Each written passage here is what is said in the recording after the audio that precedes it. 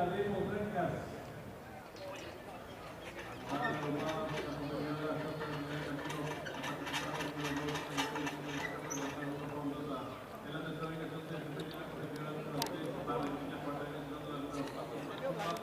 Abierta, el número 5, 12, Gianmarni.